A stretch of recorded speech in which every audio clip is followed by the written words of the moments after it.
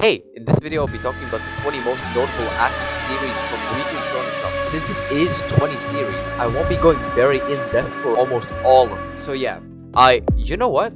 I'll be reading the first chapter for each series, and I'll be also telling you my thoughts on them, and also if they're worth reading. I'll be giving a brief description about each series before moving on to my thoughts, and will I be continuing to read the series. And you know what? To make this funnier, let's do a tier list. I'm slapping on the screen right now this list, which has only one slot so far, because with each manga I'll read, I'll make a new tier and I will rate them accordingly each time. So it's like live updates or something, I don't know. Okay, so without further ado, let's get into it. Alright, first is Ayashimon. Maybe the most popular action series of all time. The same author as Hell's Paradise, Yujikaku. It was a manga about Yakuza gangs and fighting. The main character is Maro, and his specialty is being strong. Yeah, that's it. I think the reason Ayashimon couldn't last in Weekly Shonen Jump was because at the time, it was absolutely stacked. I mean, One Piece, obviously, My Hero Academia, Jujutsu Kaisen, Sakamoto Days, Dr. Stone, Blue Box, The Elusive Samurai, Yozakura Family, Marshall, Me and Roboko, Black Clover, and Undead Unluck. If that's not a stacked Weekly Shonen Jump,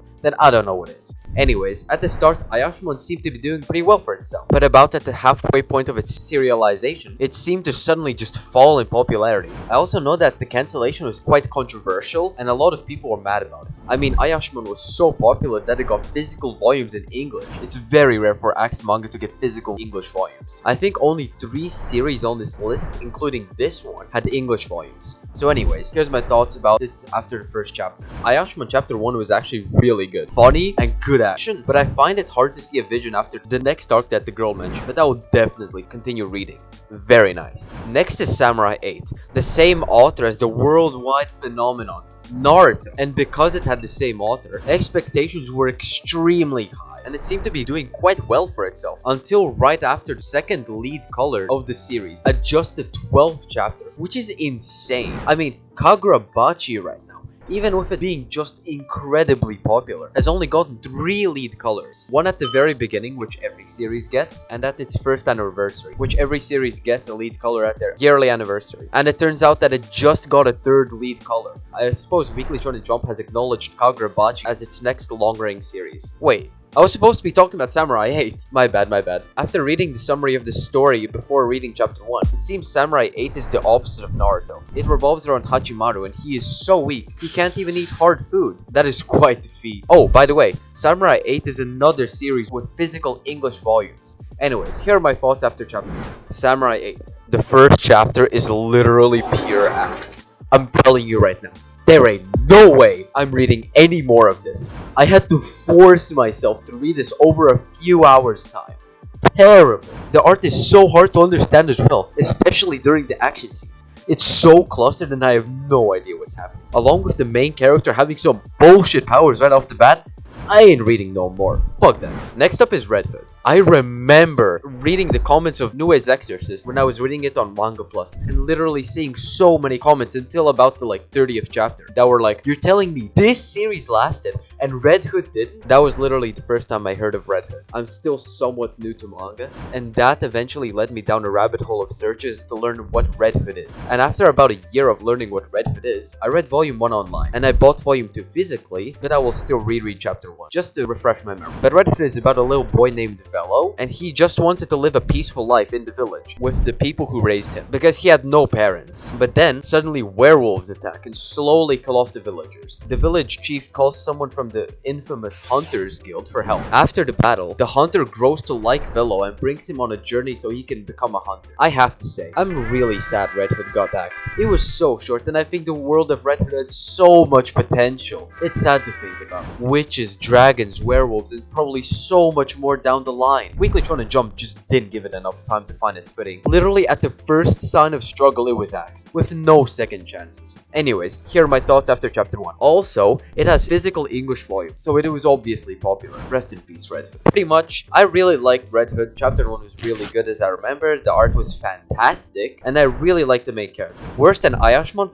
but so much better than Samurai 8. Alright, Time Paradox Ghost Rider is the next on the list. I was really excited to read this because I thought the title sounded fucking awesome. But after reading the summary, not so much. Pretty much, the main character wants to be a manga author, but every time he submits his one-shot to Weekly Shonen Jump, it gets rejected. And this repeats for 4 years before he finally gives up. Then, suddenly, his fucking microwave does some weird shit and gives him a Weekly Shonen Jump issue from 10 years into the future. And he sees a new series and decides to take inspiration, aka copy the series into a one-shot. He makes the one-shot and submits it to Weekly Shonen Jump, and they really like it. They like it so much that they want to make it into a full series. So that's what the synopsis told me pretty much. Maybe I'll like it more than the synopsis makes it out to be. Here are my thoughts. Time travel paradox. So I really like manga about making manga, it seems, as I really love Bakuman, and I'm still reading it. But this wasn't nearly as good as Bakuman, but it was still entertaining. Much worse than Red Hood, but better than Samurai 8. I might read more. So these segments have been way too long, so I'll make the remaining segments much shorter. So let's continue on to the next series. Next up is Mitama Security. It's quite long for a next series. It's serialized for nearly a year before getting cancelled. The synopsis is incredibly short. It reads, high school student Rena has always been able to see ghosts. She's gotten so used to it by now that it doesn't even bother her anymore.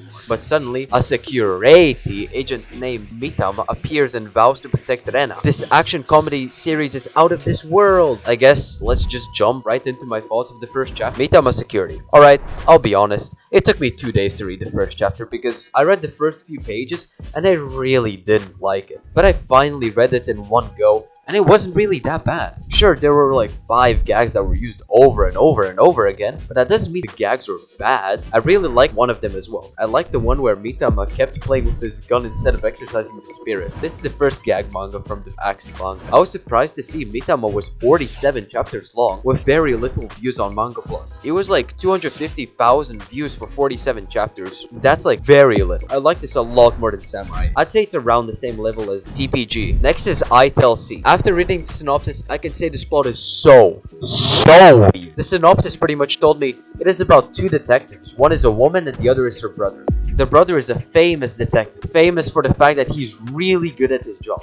But it's the sister that is weird. His sister has a very unconventional way of finding criminals. She falls madly in love with the criminals, and she stalks them until they give themselves up to the police. I have to say, I'm not totally surprised that a manga with this plot got axed, but nonetheless, I read the first chapter, and here are my thoughts. I Tell C. I didn't like the synopsis very much, and neither did I the manga. It was just okay. But the main attraction, the detective falling in love with the criminals, did not draw me in at all. I think this would have been just a good detective manga. I think the author had the knack at that, but the attempt to stand out didn't really do much good, at least in my eyes. I most probably won't keep reading. This is below Mitama Security and Time Paradox Ghost Rider, but definitely above Samurai 8. Next is Tokyo Shinobi Squad. I've seen the series a lot on Manga Plus, and it always seemed interesting. The synopsis pretty much tells us, in 2049, Tokyo, the crime is just abysmal. The most crime-infested city in the world, and it is up to the Shinobi Squad to fix everything. The protagonist also looks very similar to Naruto. That's a bit uncanny, but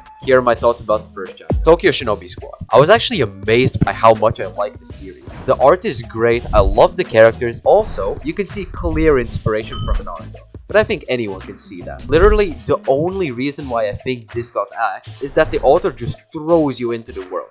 At first, it is very confusing and hard to understand anything. But I have to say, it was fucking enjoyable. I think it's about the same level as Red Hood for me. I will almost definitely continue this. Next is the first sports C manga, Neru, Way of the Martial Artist. Pretty much, the main character's grandfather was a famous martial artist who trained the main character throughout his childhood, but one day, he suddenly disappears, leaving the main character with this random skill, and throughout his life, he isn't sure of his purpose. But one day, an upperclassman invites him to a martial arts school where the main character is pushed to his limits, complimented on his skill and strength and etc. This is one of the more interesting synopses for a series, comparing to the previous one. So once again, here are my thoughts. Neru, The Way of the Martial Artist. This is definitely a solid manga. I liked it quite a bit, but 2 things stood out. The first being the color page at the start. I think this author has a talent for drawing color pages. And the other was this one panel, where the author gave such a vibe to the series, that it took me aback for a second. The action is very nice. Characters seem to have potential, and I think overall, this could have been a very solid manga in the magazine, at least from what I've read so far. Next is Hardboiled Cop and Dolphin. I have to say, this title is definitely something. I don't know what, but something. The synopsis is once again short. It reads, meet hard-boiled cop,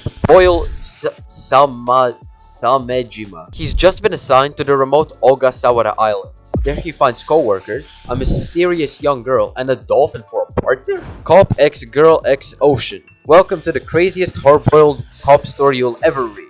That's pretty much all I have to say for it right now. So here's the first chapter thoughts/review. Hardboiled Cop and Dolphin. The name made me hesitant to read this at first, but I thought, fuck it, and began.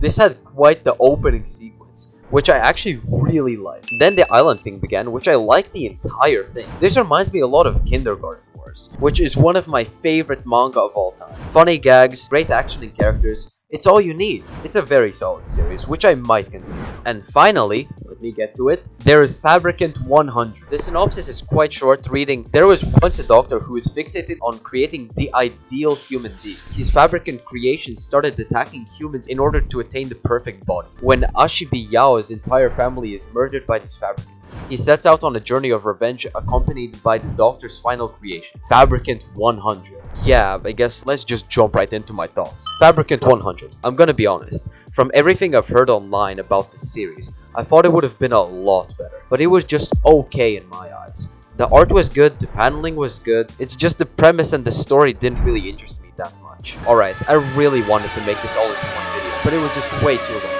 So, in an up-on-coming Monday, which might not be next week, but I guarantee that it will be very soon, don't worry, the second and final part will release. So please be sure to look out for that. If you have some suggestions for the next part that I will post very soon, please be sure to leave them down in the comments below, as I might have forgotten some obvious ones. If you enjoyed this video, please be sure to like and subscribe, and I hope to see you next time. Bye!